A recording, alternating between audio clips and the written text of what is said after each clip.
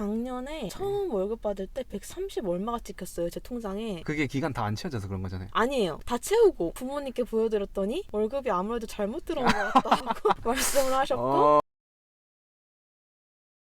안녕하세요. 네, 안녕하세요. 자기소개해 주시겠어요? 저는 지방직 9급 건축직으로 일하고 있습니다. MBTI는 INTP고요. 제가 P 성향이 있다 보니까 일하는 게 쉽지 않더라고요. 근데 다들 힘드실 것 같아요, 제 생각엔. 아마 직장인은 P보단 J가 맞지 않을까? 제 주변에도 생각. 회사 가보면 J분들이 확실히 많더라고요. 공무원을 하게 된 이유 말씀해 주시겠어요? 네, 일단 저는 스펙이 별로 없었어요. 기사가 있었고, 건축기사. 네, 건축기사가 있었고, 네. 토익 있었고, 토익 스피킹, HSK, 한국어 능력 검정 시험 요 정도 있었는데 뭐 갈 데가 없더라고요. 그래서 친척분이 공무원이셔서 그분의 권유로 공무원을 하게 되었습니다. 아주 뭐 정상적인 루트군요. 네.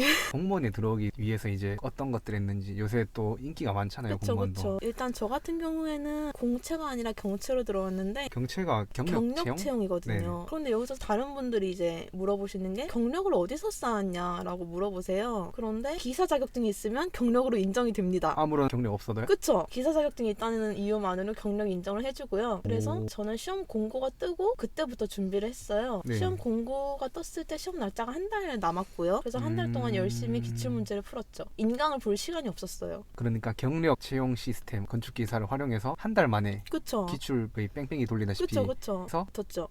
한 달. 그쵸? 한 달이라면 한 달. 여러분 경제 진짜 꿀이에요, 꿀. 이게 기술직 한정이긴 하겠네요. 그쵸? 일반 공채는 아마 이거보단 조금 더 시간 걸리겠죠. 일반 공채 같은 경우는 적어도 제 친구 같은 경우에는 빨리 붙은 편인데도 8개월. 그쵸. 보통 그 정도죠. 그쵸? 더 늦어지면 늦어질 수 있고. 네네. 건축직 공무원의 경우에는 5급, 6급, 7급, 8급, 9급 다 다양하잖아요. 그쵸. 급수마다 하는 일 좀 알 수 있을까요? 간단하게. 이게 도청 같은 경우에는 5급까지가 실무관이에요. 실무관이라 하면 진짜로 일을 하는 사람, 업무를 맡아서 일을 하는 사람. 이제 4급 이상으로 올라가면 결제를 해주는 사람이 되죠. 근데 시청 같은 경우에는 네네. 6급까지 실무관. 그러니까 5급이 돼야지 결제만 하시는 분이 되고요. 구청 같은 경우에는 한 단계씩 낮아지는 그쵸, 느낌.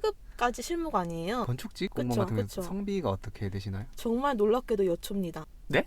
여초예요. 진짜요? 네. 건축직인데요? 네, 저도 남자가 많을 줄 알았는데 와. 남자 없어요. 다 여자예요. 이게 네. 왠지 모르겠는데 남자분들은 월급 많이 주는 시공사 이런 데를 많이 가시더라고요. 근데 이제 여자분들은 시공사 다니다가 다시 공무원 시험 쳐서 들어오신 분들도 많고 다 여자예요. 나이대는 주로 어떻게 되나요? 나이 때 제가 26살에 시험 붙었는데 제가 막내였어요. 제 동기들 중에서도 막내고 30대에서 들어오신 분들도 있고 20대는 별로 없는 것 같아요. 공공기관이나 공기업이나 공무원 특성상 나이대는 아무래도 신입이 좀 있는 편이더라고요. 그쵸. 지금 하고 계신 공무원 같은 경우는 근무 방식이랑 연봉, 초봉 이게 궁금한데 일단 다 1근으로 근무하시는 거잖아요. 그쵸. 물론 부서마다 다르겠지만 야근은 많이 하진 않으실 거고. 그쵸.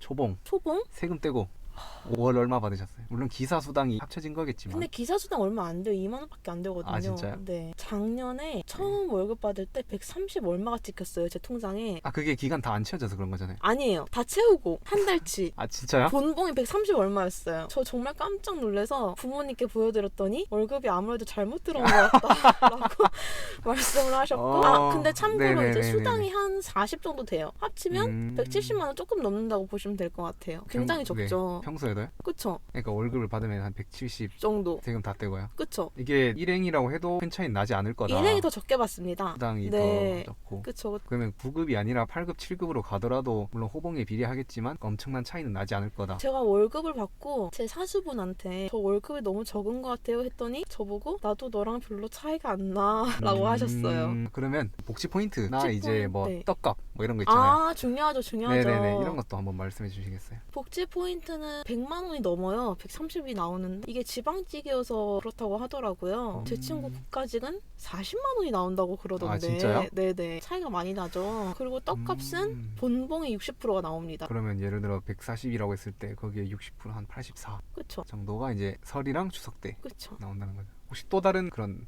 추가적인 혜택 같은 거 있을까요?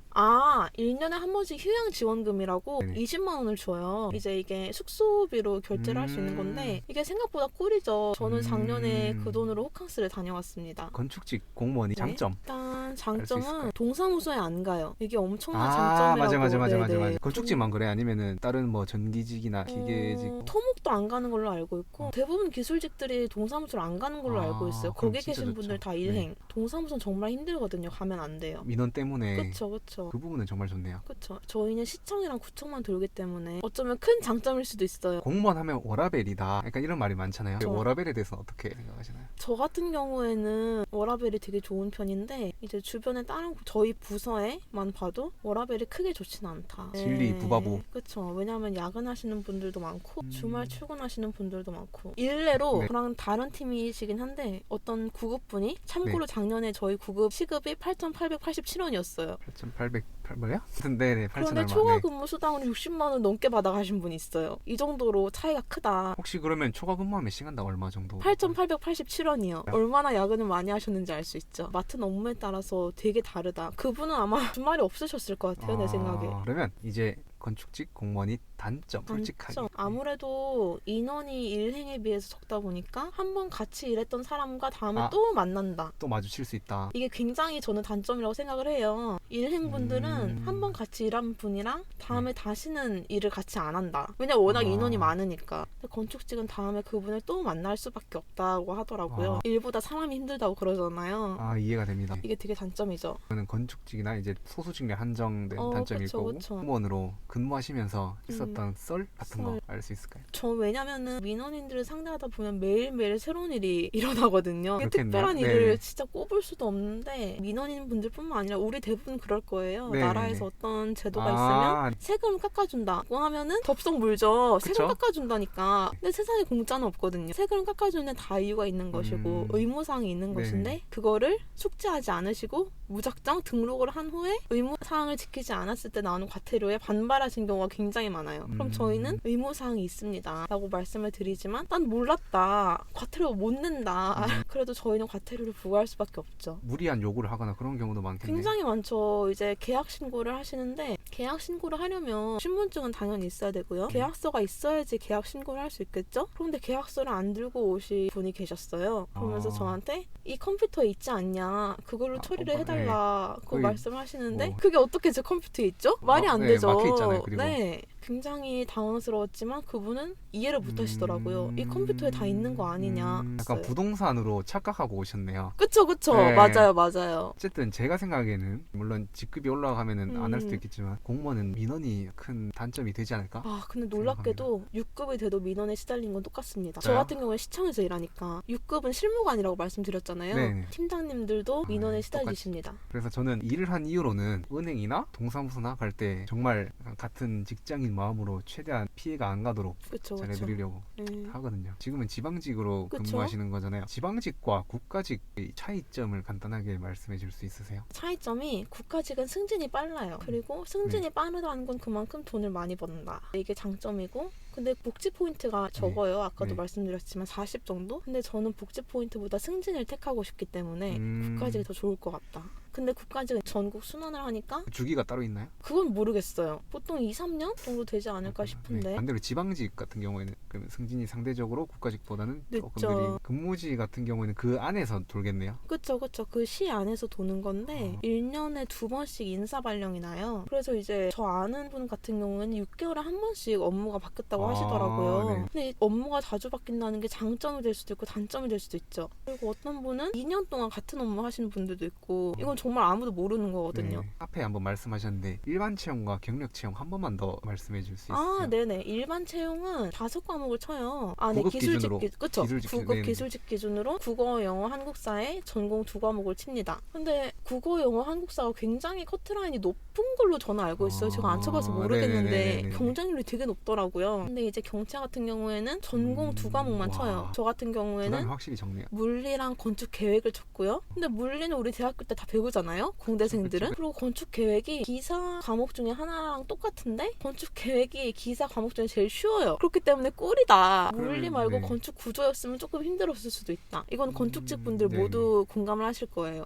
근데 건축 계획은 되게 쉽죠. 충분히 한 달 만에 모든 가능합니다. 사람들한테 그 네. 기술직을 준비한다면 경력 채용을 널리 알려야겠네요. 무조건 경채죠. 경쟁률 차이 많이 나나요? 많이 나죠. 저 같은 경우에는 경쟁률이 5대1도 안 됐어요. 진짜요? 네, 되게 낮죠. 그리고 또 말씀드리고 싶은 네. 게 경력 채용은 1년에 한 번 있는 게 아니라 추가 채용을 한 2번까지 하는 경우도 많아요. 1년에. 그럼 총 시험이 3번이 되죠?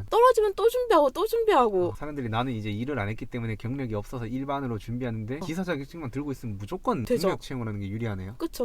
근데 지금은 과목이 3개라고 하더라고요. 그래도 훨씬 낫죠. 네. 5개보단. 혹시 7급도 똑같이 적용되나요? 7급은 경채를 거의 안 뽑습니다. 아, 진짜요? 아쉽게도. 공무원에 입사하기 전과 후 달라진 이미지 변화 있으신가요? 일단 저 같은 경우에는 사실 공무원에 큰 기대가 없었기 때문에 그냥 똑같은데 많은 분들이 공무원은 일이 편하다라고 하시잖아요. 철밥통이고 뭐 네. 편하다. 네. 아닙니다. 저 점심시간에도 일을 해요. 되게 맞아요. 바빠요. 네. 맞아요. 물론 부서마다 다를 수 있겠지만 그- 제가 보는 공무원은 그렇지는 않았던 것 같아요. 저- 일이 많으면 많지 적다는 생각은 못했어요. 왜냐면은 막내로 들어갔는데 막내가 일이 적을 수가 없는 구조거든요. 그쵸. 입사하기 전에는 철밥통 느낌을 그쵸, 받다가 입사 그쵸. 후에 생각보다 일이 많다. 너무 힘들다. 다시 취업을 준비하더라도 공무원을 택하실 건가요? 아니요, 저는 공무원 절대 안 할 거고요. 사실 제가 사기업 쪽은 잘 모르겠는데 공기업 준비를 먼저 하고 네. 정말 안 된다. 아, 네. 이거는 도저히 안 되겠다 싶으면 그때 공무원을 준비하는 게 좋을 것 같아요. 왜냐면 제 동기분들 중에 30 중반이신 분도 있거든요. 네. 늦게 들어가도 아무 상관이 없다. 본인에게 있어서 공무원 회사 만족도 같은 경우는 100점 만점에 몇 점으로 대답하시겠어요? 저는 70점을 주고 싶어요. 왜냐면 제가 스펙이 없는데 저를 이렇게 아, 고용해줘서 네. 너무 고맙고 그렇지만 일이 너무 많기 때문에 30점을 깎았습니다. 솔직하게 월급도 적고 네. 답변해 주셨네요. 프로의 목표 같은 거 있으신가요? 제 목표는 제가 기사가 있으니까 기술사를 따서 퇴사를 하는 게 목표예요. 모든 직장인들의 꿈 퇴사, 그쵸.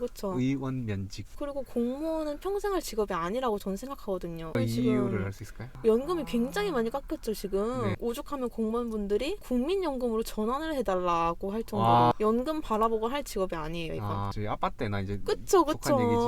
우리 때는 연금이랑 좀 거리가 많이 멀다. 어림도 없다. 그렇기 때문에 평생할 직업은 절대 아닙니다. 퇴사를 해야 돼요. 이 영상을 공무원 준비생이나 아마 직장인들이 보실 거란 말이에요. 그쵸. 공무원을 준비하시는 분들에게 한 말씀 해주시겠어요? 공대생 분들은 무조건 기사를 따서 경채를 준비하시는 걸로. 음. 공채는 너무 팍 터집니다. 또 다른 말씀 있으신가요? 사실 이거는 정말 사람마다 스타일이 달라서 쉽게 네. 말씀드리기가 힘들 것 같은데 저 같은 경우에는 무조건 기출문제만 푸는 스타일이거든요. 사실 공무원도 아시다시피 문제가 막 엄청 어렵거나 그러지 않잖아요. 빨리 그렇죠? 풀어야 네. 되잖아요. 인강을 보는 거 물론 좋죠. 그렇지만 저는 기출문제에 좀 더 비중을 주시는 게 좋을 것 같습니다. 아, 바쁜 와중에 시간 내주셔서 정말 감사합니다. 도움이 되셨길 바랄게요. 안녕히 계세요. 와. 네.